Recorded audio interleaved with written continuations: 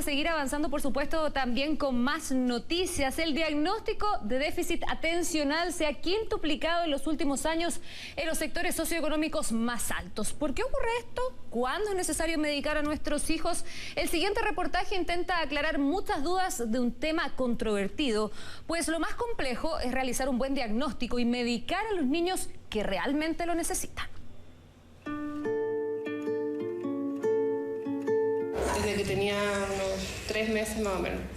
Se sentaba en el coche solo, a los 5 meses ya se paraba en la cuna, daba un poco de paso, y a los 9 meses ya caminaba, no paraba de caminar.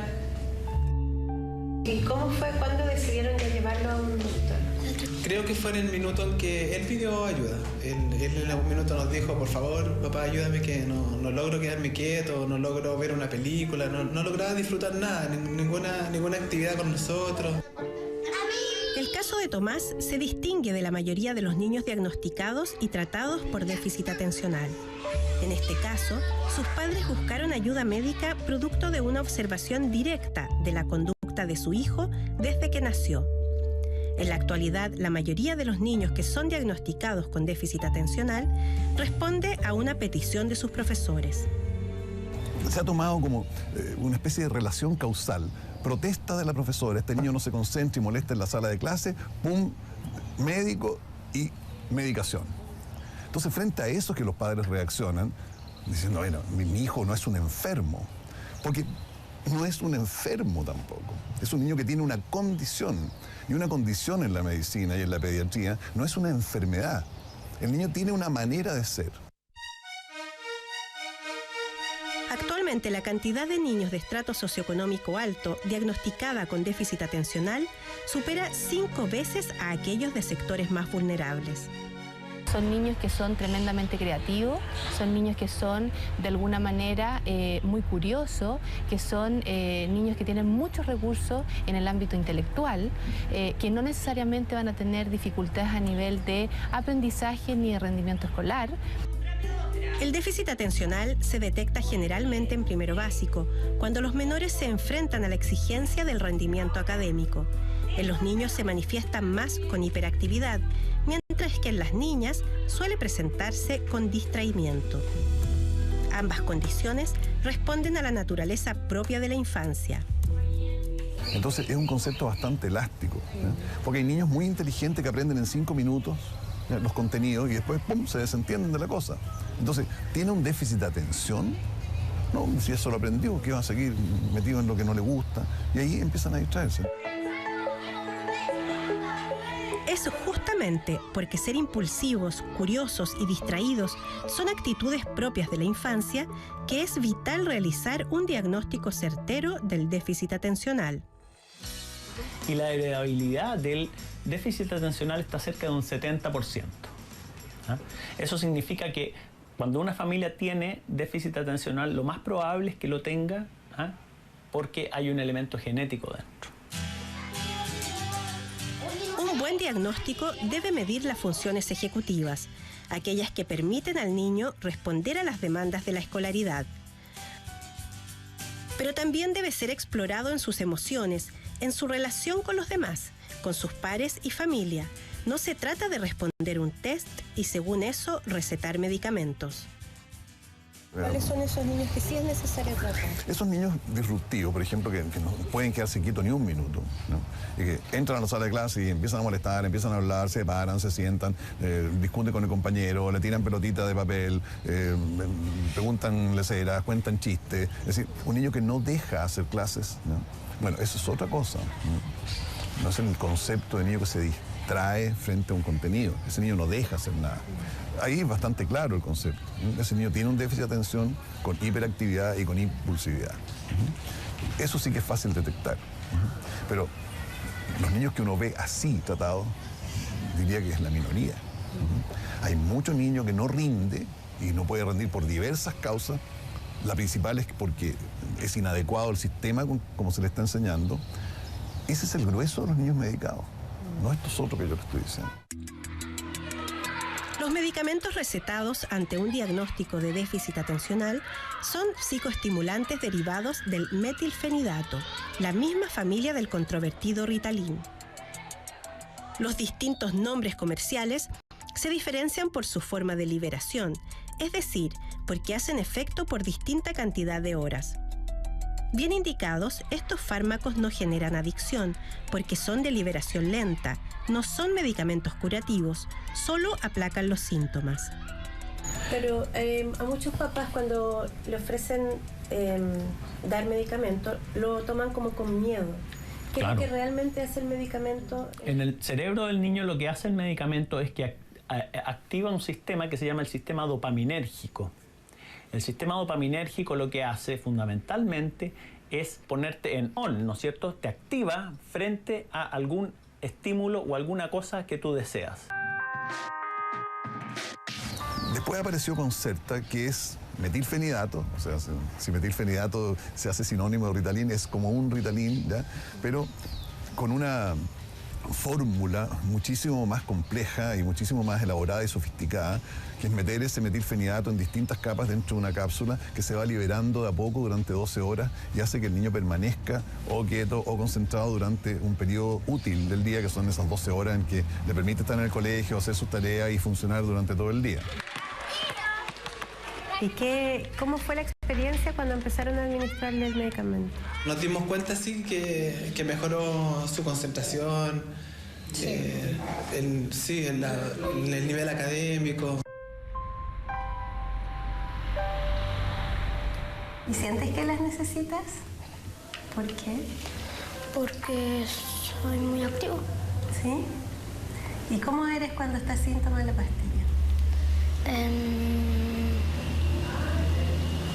Muy intranquilo, inquieto. ¿Sí? Y cuando tú estás inquieto, cuando estás en la casa, por ejemplo, y estás inquieto, ¿tú cómo te sientes por dentro? ¿Te sientes cómodo? Ganas de moverme mucho. ¿Pero eso te gusta o te molesta? Las dos. ¿Cuándo te gusta y cuándo te molesta? Me molesta cuando tengo que tomar atención. ¿En qué se le manifiesta su déficit atencional? Por ejemplo, en las pruebas. Como por ejemplo que no responde la primera pregunta, porque se pasa el tiro a la número 2 y que termina muy rápido, muy antes que todo. Y que ahí luego tengo que darle otra actividad y en eso diría yo, pero no tiene problemas de comprensión, sino que siempre está como queriendo hacer otra cosa.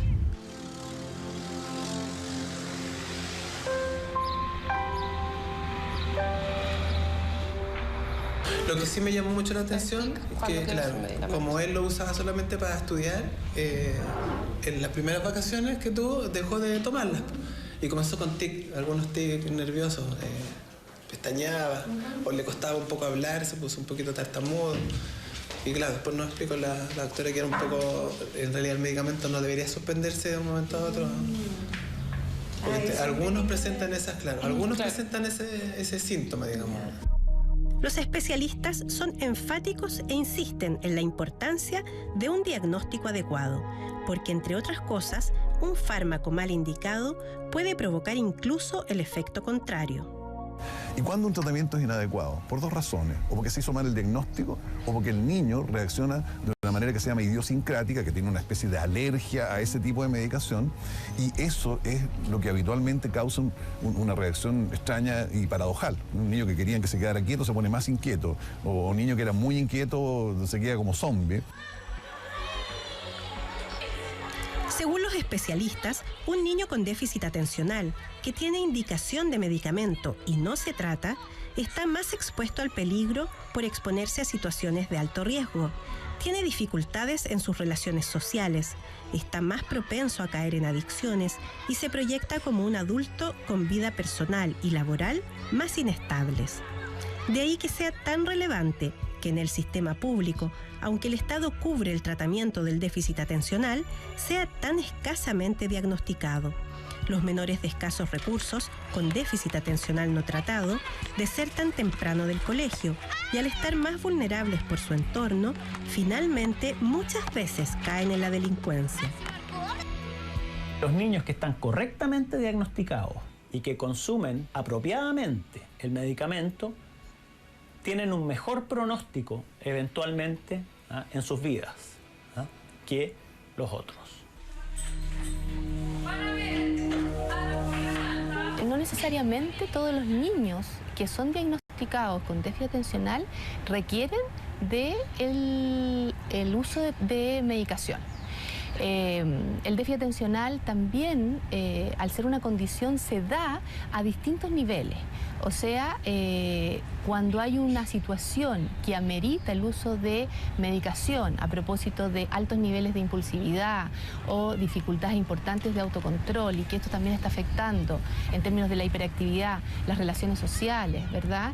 Y afectando emocionalmente al niño y también en su rendimiento y en sus procesos de aprendizaje, es súper importante el uso de medicación.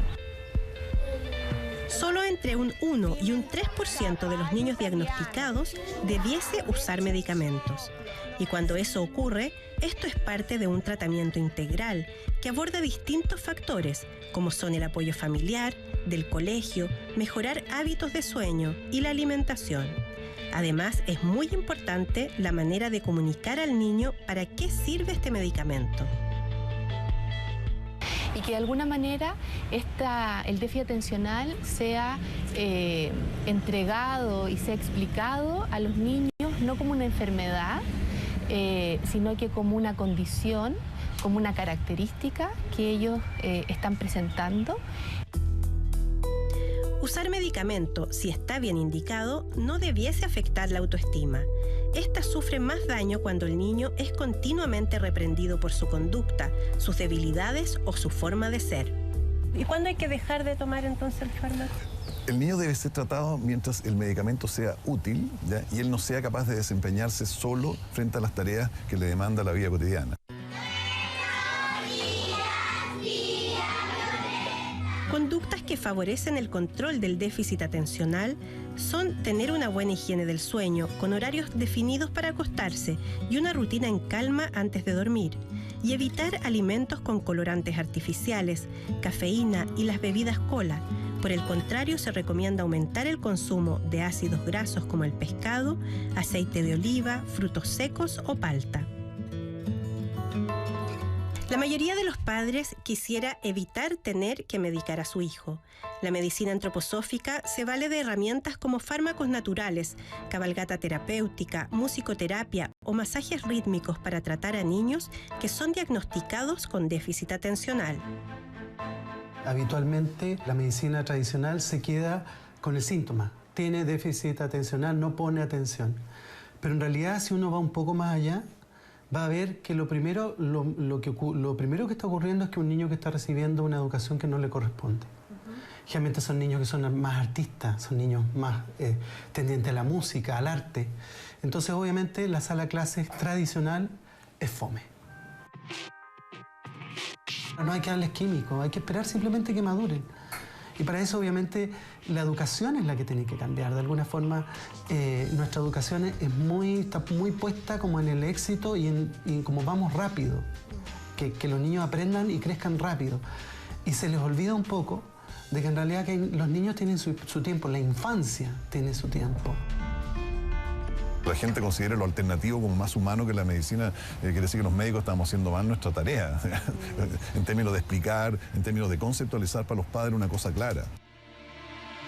Somos los adultos quienes tenemos que, de alguna manera, hacer este cambio de expectativa, este cambio de mirada, en un contexto de mayor aceptación y de mayor flexibilidad y también de mayor creatividad de cómo hacemos distintos espacios de aprendizaje que se adecúen a las distintas características y a los distintos estilos de aprendizaje que presentan los distintos niños. El bienestar de nuestros hijos es lo más importante.